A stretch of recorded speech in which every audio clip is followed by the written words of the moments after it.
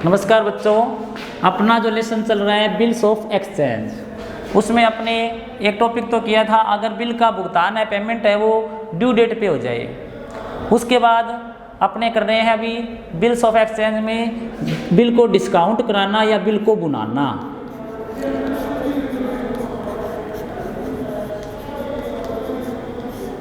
Bill को बुनाना या discount of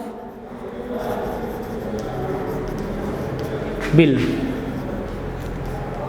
अब डिस्काउंट ऑफ बिल होता क्या है कि जब एक डेटर क्रेडिटर को बिल स्वीकार करके देता है, तो जो डेटर है वो तो उसका पेमेंट कब करेगा, जब उसकी ड्यू डेट आएगी बिल की। अगर उससे पहले मान लो, उससे पहले अगर बिल का जो राइटर है, जो ड्रावर है, जो लेखक है, उसे रुपये की आवश्यकता पड़ गई, यानी जो माल बेचता है वो क्या करेगा, बिल को लिखता है, तो उसके लिए वो बिल क्या हो गया, BR हो गया, और उसे पेमेंट की पहले आवश्यकता पड़ गई, तो वो उस बिल को लेकर बैंक में जा सकता है। वो उस बिल को लेकर क्या करेगा, बैंक में जाएगा, और बैंक से उस बिल को क्या कर सकता है, वो बुना सकता है, यानी उसे डिस्काउंट करा सकता है। डिस्काउंट कराने का मतलब ये है कि मान लो बिल है वो 1000 रुपये का है, बैंक के पास वो डिस्काउंट कराने जाएगा। डिस्काउंट कराने का मतलब वो टाइम से पहले जाएगा बैंक के पास। तो मान लो बिल था 3 माह का था, 3 मंथ का बिल है, तो जो डेटर है वो तो पेमेंट उसका 3 मंथ बाद करेगा। अब मान लो कि उसका जो ड्रावर है उसे कैश की आवश्यकता पड़ गई, उसे 1 मंथ के बाद ही कैश चाहिए। अब 1 मंथ के बाद तो कैश डेटर तो देगा नहीं, लेकिन इसको बैंक दे सकती है। अगर डेटर के पास है तो पहले तो क्रेडिटर क्या कर सकता है, सिर्फ उससे रिक्वेस्ट कर सकता है भी ठीक है आप मेरा पेमेंट पहले कर दो। और ये मैंने बताया था, अगर पहले पेमेंट करता है तो डेटर क्या करता है, उसके लिए रिबेट लेता है, छूट लेता है। अब बैंक भी क्या करेगी, जब 1000 वाला बिल डिस्काउंट करेगी तो बैंक 1000 के 1000 नहीं देगी, वो क्या करेगी, 2 महीने पहले पेमेंट कर रही है तो 2 महीने पहले का वो क्या करेगी, 2 महीनों का डिस्काउंट काट लेगी। कहने का मतलब 1000 वाले से बिल के वो 1000 रुपये न देकर 900 रुपये, 950 रुपये, इतने रुपये देगी। यानी जब बिल का डिस्काउंट करेगा तो बैंक को भी तो कोई फायदा होना चाहिए, क्योंकि बैंक क्या कर रही है, टाइम से पहले पेमेंट कर रही है, तो बैंक इतने समय का क्या करेगी, डिस्काउंट लेगी।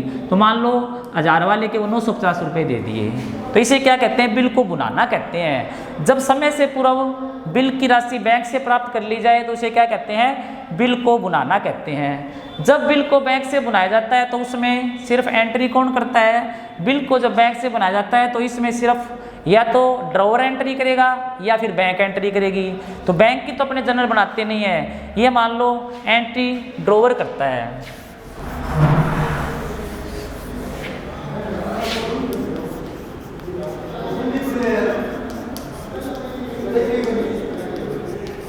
बिल को बनाने पर एक तो ड्रॉवर की यानी लेखक की पुस्तकों में क्या एंट्री होगी, और एक्सेप्टर की पुस्तकों में क्या एंट्री होगी। तो एक्सेप्टर यानी स्वीकारकर्ता की पुस्तकों में। तो देखो, जब बिल किसके पास होता है, हमेशा ड्रॉवर के पास होता है। बिल है वो ड्रॉवर के पास है तो उसको बुना भी कौन सकता है, फिर ड्रॉवर ही सकता है। जब बिल को ड्रॉवर बुनाएगा तो बैंक से बुनाएगा, तो एक्सेप्टर पर तो इसका कोई इफेक्ट नहीं पड़ेगा, वो तो कोई एंट्री करेगा नहीं। इसकी एंट्री है तो ड्रॉवर करता है या बैंक करता है। बैंक के अपने जनरल बनाते नहीं है, अपने बनाते हैं ड्रॉवर की। तो ड्रॉवर जब बैंक से पेमेंट लेगा तो उसकी क्या एंट्री करेगा, देखो उसकी एंट्री होगी bank account debit, discount account debit to bills receivable account.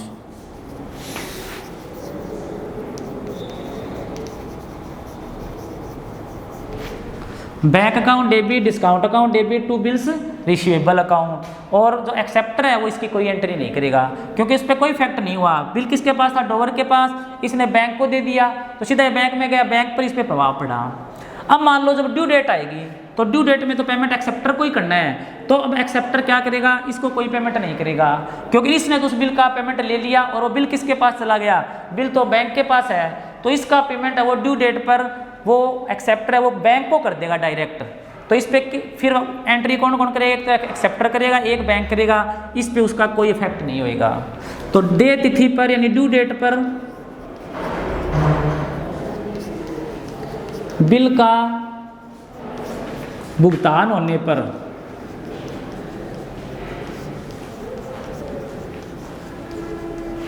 दे तिथि पर बिल का भुगतान होने पर ड्रॉवर तो कोई एंट्री करेगा ही नहीं, इसकी एंट्री कौन कर देगा, एक्सेप्टर करेगा। और वही एंट्री करेगा जब बीपी का पेमेंट करता है, तो ये एंट्री क्या करता है, bills payable account debit to cash account, ये बीपी का पेमेंट करेगा।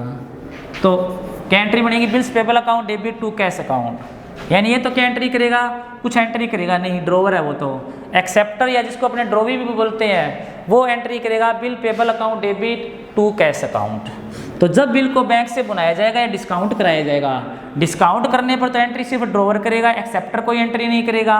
और जब उसका पेमेंट किया जाएगा तो उसका पेमेंट की एंट्री सिर्फ एक्सेप्टर करेगा, उसकी एंट्री ड्रॉवर नहीं करेगा। तो अपने अभी इसका एक एग्जाम्पल करते हैं, देखो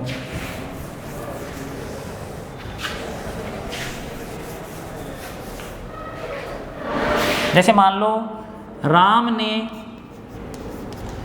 श्याम को 10,000 रुपये का माल बेचा,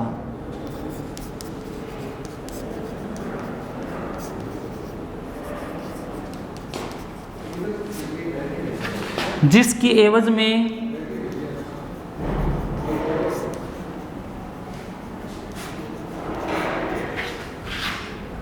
राम ने श्याम पर 3 माह का एक बिल लिखा।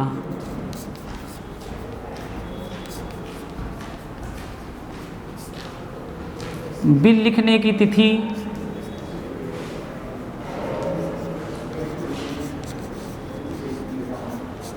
1 मार्च 2016 है।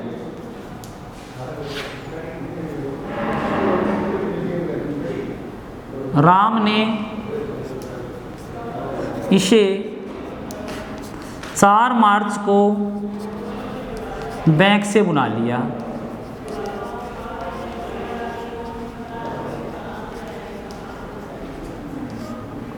जिससे के बदले उसे 9,500 रुपये प्राप्त हुए। देय तिथि पर भुगतान हो गया।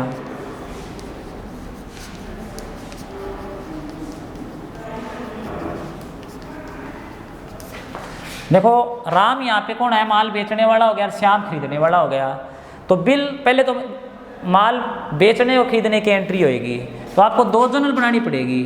एक तो हो गया in the books of Ram, ये जर्नल बनाएगा। एक हो गया in the books of Shyam, एक ही जर्नल होगी। 2 जर्नल बनानी पड़ेगी। तो एक इसमें ड्रॉवर हो गया और एक इसमें क्या हो गया, एक्सेप्टर हो गया। यानी एक ऐसे बोल सकते हो, ये माल बेचने वाला क्रेडिटर हो गया, वो खरीदने वाला डेटर हो गया। अब सबसे पहले माल खरीदने और बेचने की एंट्री होगी। पहले देखो राम ने श्याम को बेचा, तो राम यहाँ पर बेचने वाला हो गया और बेचा किसको, श्याम को, तो उसकी एंट्री करेगा पाने वाला यहाँ पे श्याम हुआ, तो श्याम अकाउंट डेबिट। क्या एंट्री बनी, Shyam account debit to sales account, यानी उधार माल बेचने की एंट्री होगी। जब उधार माल बेचा राम ने श्याम को, तो राम तो करेगा, पाने वाला श्याम हुआ, उसे डेबिट कर दिया, टू सेल्स कर दिया। और कितने का माल बेचा है, 10,000 का, तो ये आ गया 10,000 आ गई यहाँ पे। अब राम ने बेचा तो खरीदा किसने, श्याम ने, उसके लिए वो क्या हो गई, परचेज हो गई। श्याम के लिए क्या हो गई, परचेज हो गई। तो वो एंट्री से खरीदने की करेगा और इसे खरीदने की एंट्री क्या होगी, परचेज अकाउंट डेबिट टू, किससे खरीदा, राम से, टू राम्स अकाउंट। जो नॉर्मल एंट्री होती है कि उधार माल बेचने पर क्या एंट्री होती है, डेटर टू सेल्स, तो डेटर यहाँ पे श्याम हो गया, वो हो गई परचेज टू क्रेडिटर, क्रेडिटर यहाँ पे राम हो गया। तो क्या कर दिया हमने, यहाँ पर श्याम को डेबिट कर दिया, वहाँ पे राम को क्रेडिट कर दिया। तो ये किस चीज़ की एंट्री हुई? ये तो माल बेचने की होगी, वो माल खरीदने की होगी। अब देखो उसने एक बिल लिखा उस पर, तो बिल लिखता कौन है? जो माल बेचता है, तो उसके लिए तो बिल्स रिसीवेबल होता है, और जो माल खरीदता है उसके लिए बिल्स पेबल होता है। ये जब माल बेचेगा मान लो तो एंट्री करेगा, बिल लिखेगा। तो बिल कब लिखा है? देखो ये 1 मार्च 2016 को, तो मार्च 1 2016 ये डेट इसकी मिलेगी। उस दिन बेचते हैं उस दिन लिखते हैं, तो मार्च 1 2016 आ गया। बिल लिखने की एंट्री होती है bills receivable account debit. Bills receivable account debit to किस पे लिखा? श्याम पे, टू श्याम्स अकाउंट। यानी क्या एंट्री करेगा? ये bills receivable account debit to Shyam. अब देखो अपने वही नियम वही चला है, अपना नाम कभी आ नहीं सकता। इसने किसका नाम लिखा? श्याम का लिखा है, और श्याम इसका नाम लिखेगा राम का। अपना नाम तो कभी लिखते नहीं। तो एंट्री क्या बनी? Bills receivable to Shyam. इसने बिल लिखा, वो क्या करेगा? बिल को स्वीकार करेगा। तो ये बिल स्वीकार करने की एंट्री करेगा मार्च। अब ये जिस दिन लिखेगा उस दिन वो स्वीकार करेगा। तो स्वीकार करने की एंट्री क्या होती है? वो होती है, देखो ऊपर तो आएगा ड्रावर, सॉरी यहाँ के लिए तो क्या गया? वो तो ड्रावर का नाम यानी किसका नाम लिखेगा? राम का लिखेगा। और टू क्या करना पड़ेगा उसके लिए? बिल्स पेबल हो गया, तो क्रेडिट किसको करेगा? बिल्स पेबल को करेगा। तो वो एंट्री करेगा Ram's account debit to bills payable account. Ram's account debit to bills payable account. ये बिल कब लिखा? 1 मार्च को। अब ये कहते हैं कि अब इसकी ड्यू डेट कब आएगी? देखो मार्च 1 को लिखा, और बिल कितने महीने का? 3 महीने का। तो 3 मंथ तो इसमें वो जोड़ो पहले, तो 1 अप्रैल मई जून, यानी 1 जून तो वो हो गई 3 महीने, प्लस में मैंने बताया था 3 दिन एक्स्ट्रा मिलते हैं अनुग्रह दिवस के, 3 दिन वो मिल गए इसको। तो इन 1 जून में 3 दिन जोड़ो, तो इसकी ड्यू डेट 4 जून को आएगी। ड्यू डेट कब आएगी? 4 जून को। लेकिन उसको तो 4 मार्च को ही पैसे की जरूरत पड़ गई, उसने 4 मार्च को इसे बैंक से बुला लिया। तो बुलाने पर मैंने बताया था एंट्री सिर्फ कौन करता है? बुलाने पर सिर्फ ड्रॉवर करता है। तो यहाँ पर ड्रॉवर ये है, ये करेगा मार्च 4 को। और एंट्री होगी बैंक अकाउंट डेबिट जितने में बुलाया, discount account debit, bank account debit, discount account debit to bank से बुलाया है, तो गया क्या? Bills receivable to bills receivable account. अब देखो यहाँ पर कैश में कितने रुपए आएंगे? कैश लिख दो चाहे बैंक लिख दो। ये बिल कितने का था? 10,000 का, क्योंकि माल 10 का खरीदा था, तो यहाँ पे भी 10,000 आ गए।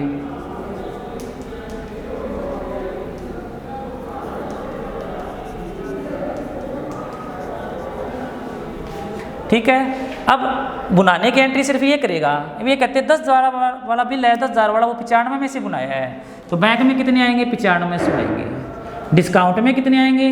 500, क्योंकि बिल था 10,000 का बुनाया 9500 में है, तो डिस्काउंट कितना हो गया? 500, और यहाँ पे अमाउंट आएगी 10,000। लेकिन बिल बुनाने के वो कोई एंट्री नहीं करेगा, वो बिल बुनाने की एंट्री नहीं करेगा। बिल बुनाने की एंट्री है तो किसने की?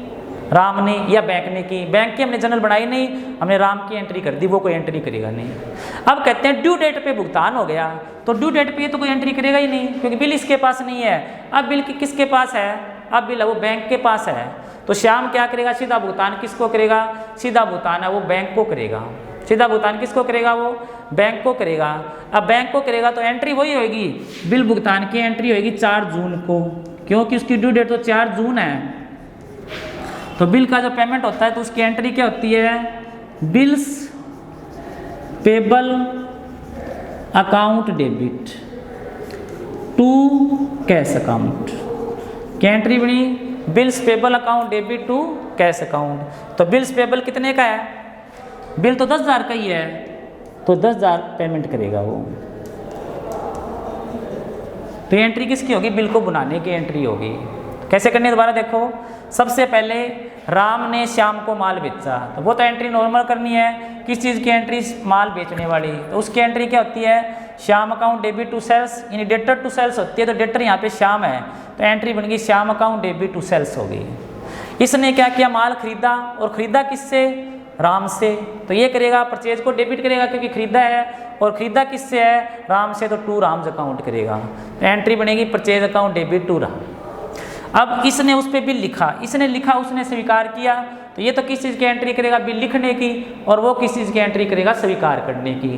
तो बिल लिखने की एंट्री होगी B R account debit to Shyam, यानी bills receivable account debit to Shyam, और स्वीकार करने की होगी राम टू बिल्स पेबल। अब ड्यू डेट से पहले ही, ड्यू डेट उसकी 4 जून आएगी क्योंकि 3 महीने का बिल है, 3 दिन एक्स्ट्रा मिलेंगे, तो उसके लिए क्या करना आपको, इसको 4 मार्च को पैसों की आवश्यकता पड़ गई। 4 मार्च को ये क्या करेगा, बिल को बुनाएगा, और बिल को बनाने की एंट्री क्या आएगी, bank account debit discount account debit to B R. तो बैंक में कितने में आएगा, जितने में बुनाया है, उसे डिस्काउंट कितने में कराया, 9500 में, तो बैंक अकाउंट डेबिट 9500 आ गए। डिस्काउंट कितने का हो गया, 500 रुपये का डिस्काउंट हो गया क्योंकि 10,000 वाला 9500 मिले, तो डिस्काउंट को भी क्या करेंगे, डेबिट, तो डिस्काउंट कितना आ गया, 500 रुपये आ गया, टू बी आर हो गया। अब वो उसकी कोई एंट्री करेगा ही नहीं। अब ड्यू डेट पे क्या हो गया, पेमेंट हो गई, तो ड्यू डेट पे पेमेंट हुई तो कौन किसको पेमेंट करेगा, अब श्याम करेगा, वो बैंक को करेगा। लेकिन श्याम को तो इस बात से कोई लेना देना नहीं है, पेमेंट किसको कर रहा है, इस बात से लेना है कि किससे, किसके लिए पेमेंट कर रहा है, तो ये तो पेमेंट किसको करेगा, बिल्स पेबल का करेगा, इसलिए क्या एंट्री करेगा, बिल्स पेबल टू कैश करेगा। और बिल कितने का था, 10,000 का, तो पेमेंट की एंट्री 10,000 से होगी क्योंकि इसको 10,000 ही देने हैं। बस इस 500 रुपये का घाटा किसको पड़ा, वो राम को हुआ, लेकिन उसे एक फ़ायदा भी हुआ कि उसे पेमेंट पहले मिल गई। ये पेमेंट है 9500 मिली, 500 से डिस्काउंट, तो इसको फ़ायदा ये हुआ, पैसे पहले मिल गए, घाटा ये हुआ कि डिस्काउंट देना पड़ा, उसे कोई फ़ायदा नहीं, कोई नुकसान नहीं। 10,000 का माल खरीदा था, 10,000 का पेमेंट कर दिया, तो पेमेंट करने पर ये एंट्री करेगा बिल्स पेबल टू कैश, लेकिन उस टाइम राम को ये एंट्री नहीं करेगा क्योंकि बिल किसके पास है, बिल है वो बैंक के पास है, तो इसकी एंट्री प्राप्त करने की बैंक करेगा। तो ये क्या होगा, बिल को बनाने पर एंट्रियां कौन कौन सी होती है, बिल को बनाने पर एंट्री ये होगी जो सिर्फ कौन करता है, ड्रॉवर करता है। ठीक है, आज के लिए इतना ही, धन्यवाद।